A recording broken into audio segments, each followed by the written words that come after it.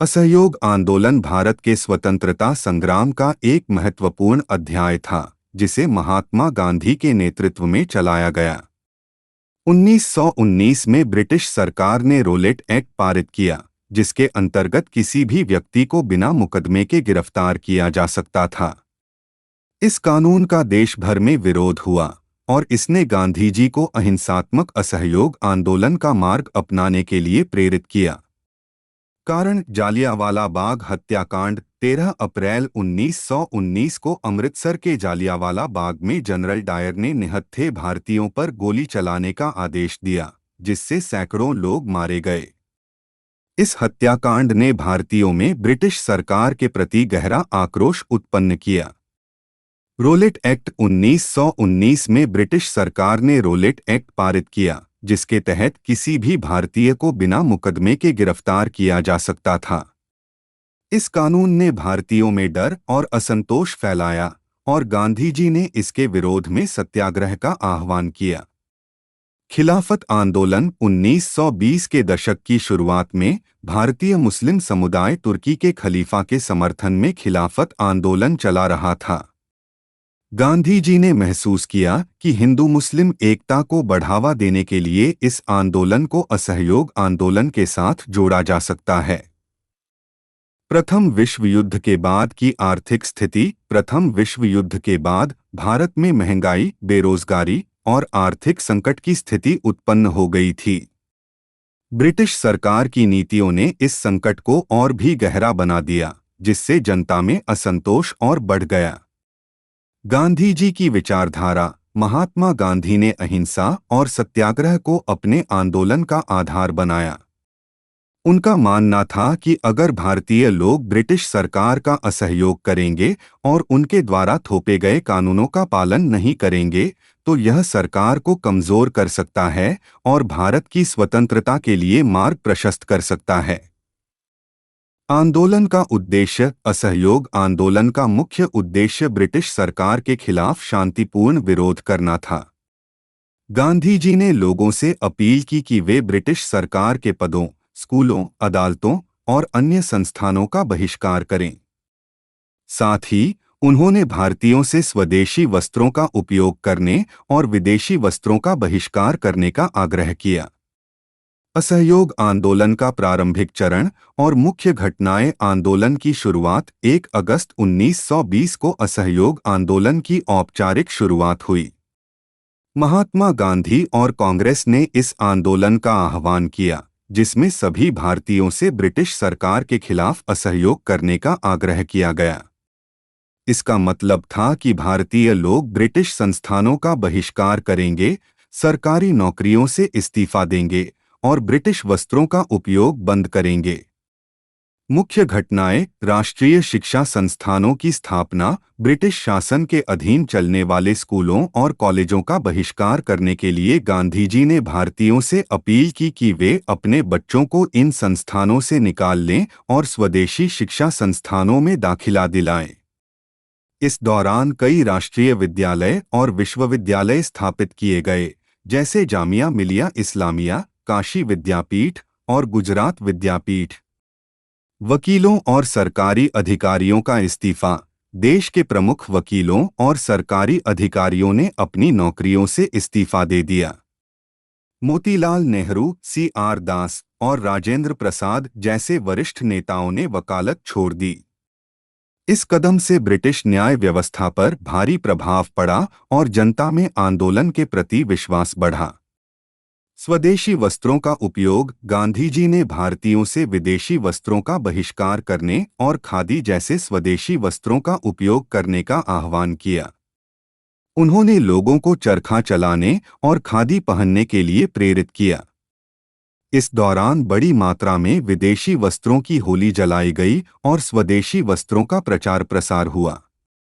चौरी चौरा कांड। 1922 उदास स्माइली। 4 फरवरी 1922 को उत्तर प्रदेश के चौरी चौरा में आंदोलनकारियों ने एक थाने पर हमला किया और उसमें आग लगा दी, जिससे 22 पुलिसकर्मियों की मौत हो गई। इस हिंसात्मक घटना के बाद गांधी जी ने असहयोग आंदोलन को समाप्त करने का निर्णय लिया, क्योंकि उनका मानना था कि आंदोलन का आधार अहिंसा है और हिंसा को किसी भी रूप में स्वीकार नहीं किया जा सकता। आंदोलन की लोकप्रियता। असहयोग आंदोलन ने पूरे देश में व्यापक प्रभाव डाला।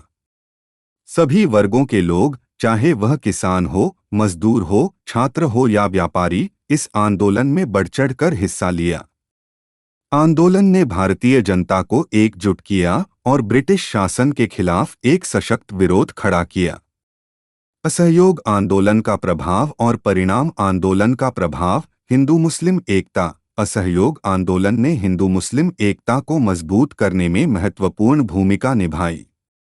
गांधी जी ने खिलाफत आंदोलन के साथ इस आंदोलन को जोड़ा, जिससे हिंदू और मुस्लिम एक साथ आए और ब्रिटिश शासन के खिलाफ साझा संघर्ष में शामिल हुए। यह एकता भारतीय स्वतंत्रता संग्राम की शक्ति बन गई और आगे चलकर कई आंदोलनों में भी देखने को मिली। स्वदेशी का प्रचार। आंदोलन के दौरान स्वदेशी वस्त्रों और उत्पादों का व्यापक रूप से प्रचार किया गया।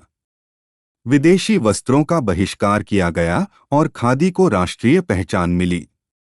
इससे देश के ग्रामीण क्षेत्रों में रोजगार के नए अवसर पैदा हुए और स्वदेशी उद्योगों को बढ़ावा मिला।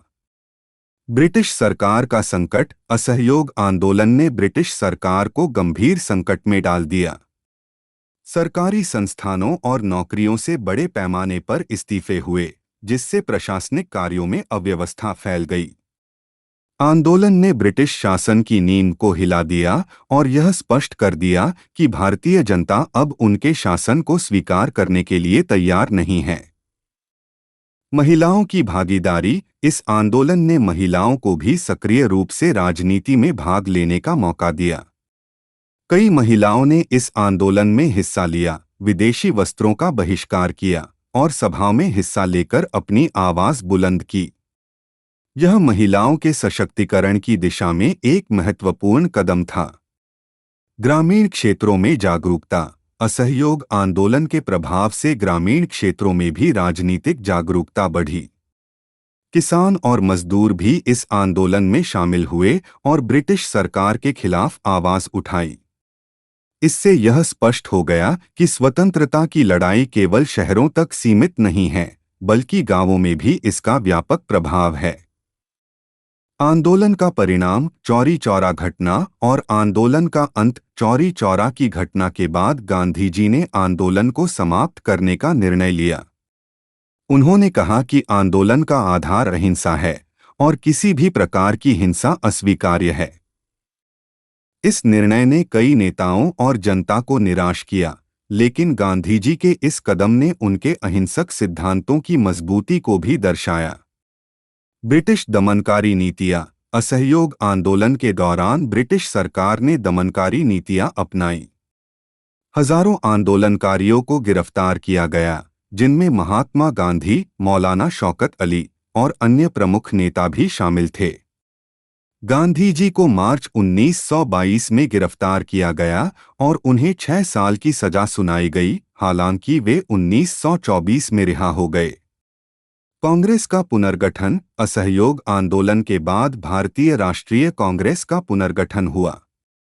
कांग्रेस ने आंदोलन से सबक लिया और आगामी आंदोलनों के लिए अधिक संगठित और योजनाबद्ध तरीके से तैयारी की। कांग्रेस ने ग्रामीण क्षेत्रों में भी अपनी पकड़ मजबूत की और आंदोलन के लिए एक व्यापक आधार तैयार किया। आंदोलन का मनोवैज्ञानिक प्रभाव। असहयोग आंदोलन ने भारतीय जनता में आत्मविश्वास और साहस का संचार किया। लोगों ने महसूस किया कि ब्रिटिश सरकार का विरोध संभव है और वे स्वतंत्रता के लिए संगठित होकर लड़ सकते हैं। यह आंदोलन भारतीय स्वतंत्रता संग्राम के लिए एक प्रेरणा बन गया और आगे चलकर कई आंदोलनों के लिए नींव का काम किया। स्वराज की दिशा में कदम। असहयोग आंदोलन ने भारतीयों में स्वराज की भावना को मजबूत किया। यह पहला बड़ा जन आंदोलन था जिसने ब्रिटिश शासन के खिलाफ देशव्यापी विरोध को संगठित किया। भले ही आंदोलन का औपचारिक अंत हो गया, लेकिन इसने स्वराज की दिशा में एक महत्वपूर्ण कदम रखा और भारतीय स्वतंत्रता संग्राम की दिशा को निर्धारित किया। असहयोग आंदोलन की आलोचना और ऐतिहासिक महत्व। असहयोग आंदोलन की आलोचना